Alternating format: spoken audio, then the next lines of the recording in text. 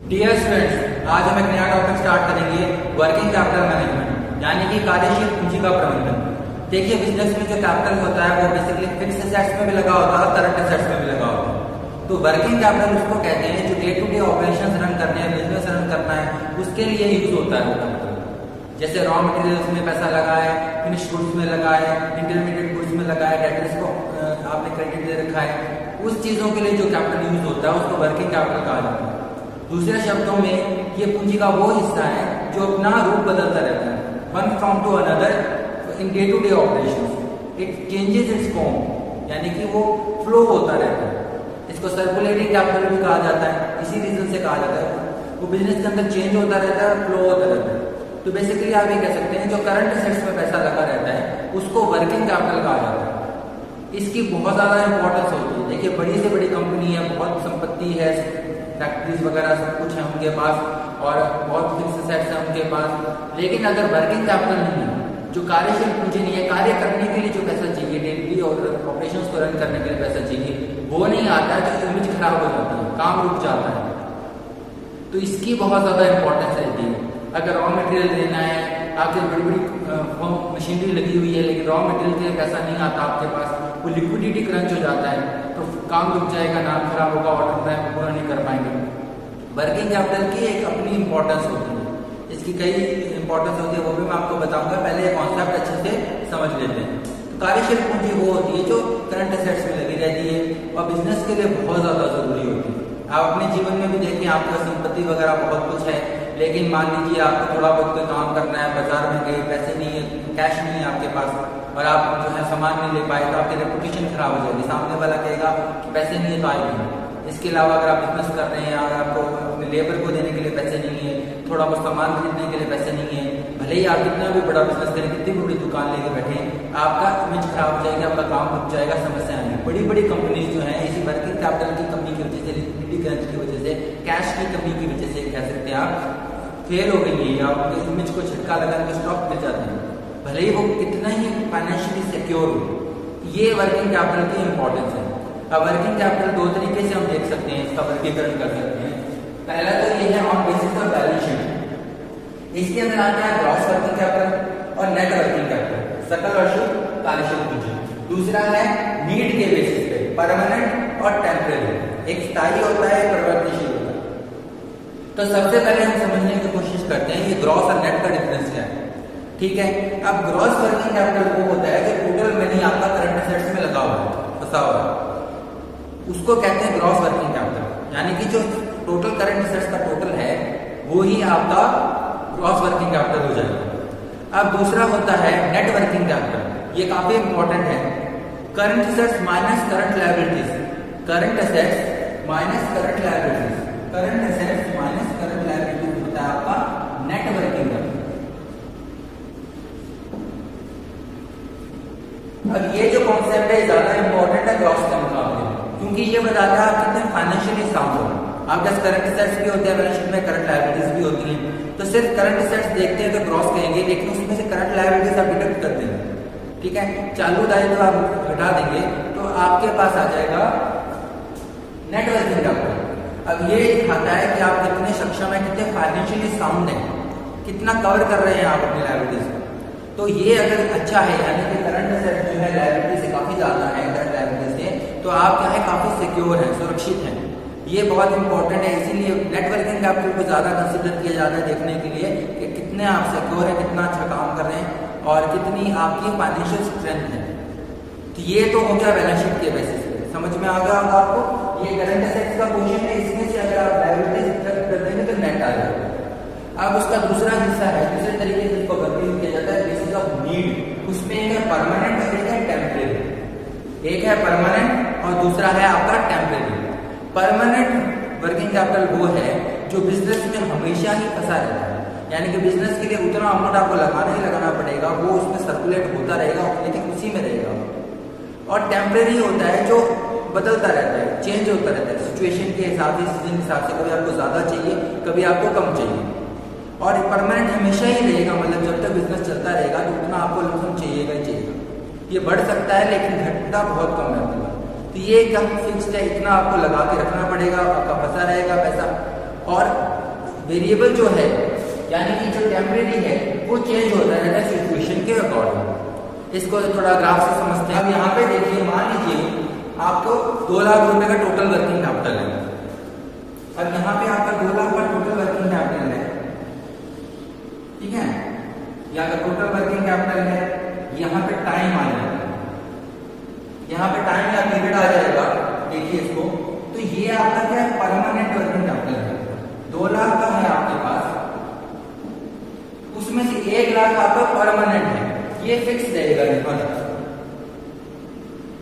ये परमानेंट है, इतना तो आपका लगा रहेगा।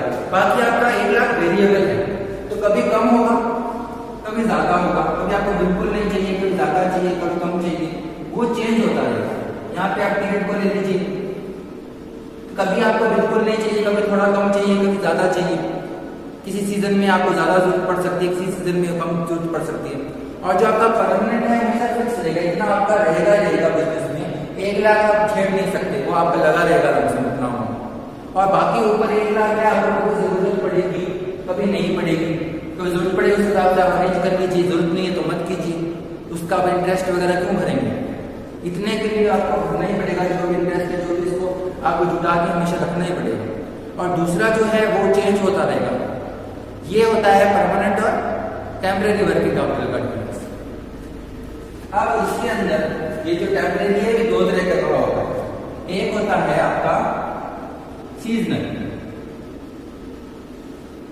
दूसरा होता है आपका स्पेसिफिक।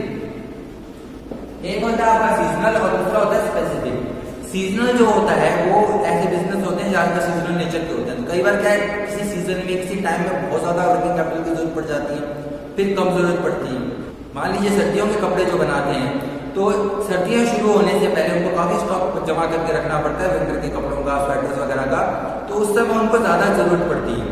एक बार जब सर्दियां निकल जाती है, सामान उनका बिक जाता है, तो गर्मियां स्टार्ट होती हैं, तब उनको इतनी जरूरत नहीं पड़ती। ये होता है सीजनल, यानी कि कभी दिवाली के टाइम ज्यादा सीजन होता है, ज्यादा वर्किंग कैपिटल की जरूरत पड़ती है, इस प्रकार सीजनल होता है। और स्पेसिफिक होता है कि इमरजेंसी वगैरह आ जाती है अचानक से कभी, या इमरजेंसी के लिए रखना पड़ता है, तो वेरिएबल हो जाता है। कभी इमरजेंसी ऐसा लगता है सिचुएशन काफी खराब जाएगी, तो उससे भी ज्यादा अरेंज करना भी रखना पड़ता है। तो ये स्पेसिफिक होता है और सीजनल होता है। इस तरीके से आप इसको देख सकते हैं। ग्रॉस है, नेट है, ये बैलेंस शीट के हिसाब से है, और नीट के हिसाब से परमानेंट है, टेम्परेरी है, उसमें सीजनल है, स्पेसिफिक है। ये है वर्किंग कैपिटल का डिफरेंस। अब दूसरी चीज हम समझते हैं थोड़ा सा, ऑपरेटिंग पीरियड क्या होता है, ऑपरेटिंग साइकिल क्या होता है, इसको हम यहाँ पे समझते हैं। तो ये था आपका वर्किंग कैपिटल का कॉन्सेप्ट। अब बात करते हैं ऑपरेटिंग साइकिल की। देखिए, जब से आप सामान खरीदते हैं, रॉ मटेरियल लेते हैं, तब से लेकर इसको बेच के आप डेटर से, यानी जिससे भी आपको पैसे सामान बेचा है, कैश में बेचा, और अगर क्रेडिट पे बेचा है तो आप रिकवरी नहीं करते पैसे की, कैश में कन्वर्ट नहीं होता। जब तक आपने इसको उधार दिए से पैसे रिकवर नहीं होते, उसको एक ऑपरेटिंग साइकिल कहा जाता है। यानी कि स्टार्टिंग पॉइंट से, जब से आपने कोई सामान खरीदा, रॉ मटेरियल खरीदा, तब से उसको बनाया, उसको वर्क इन प्रोग्रेस में रखा, अपने गुड्स में रखा, उसको सेल किया, और जब तक उसकी सेल्स की रिकवरी नहीं हुई, सेल्स कैश में कन्वर्ट होकर पैसा आपके पास नहीं आया, उसको एक ऑपरेटिंग साइकिल कहते हैं।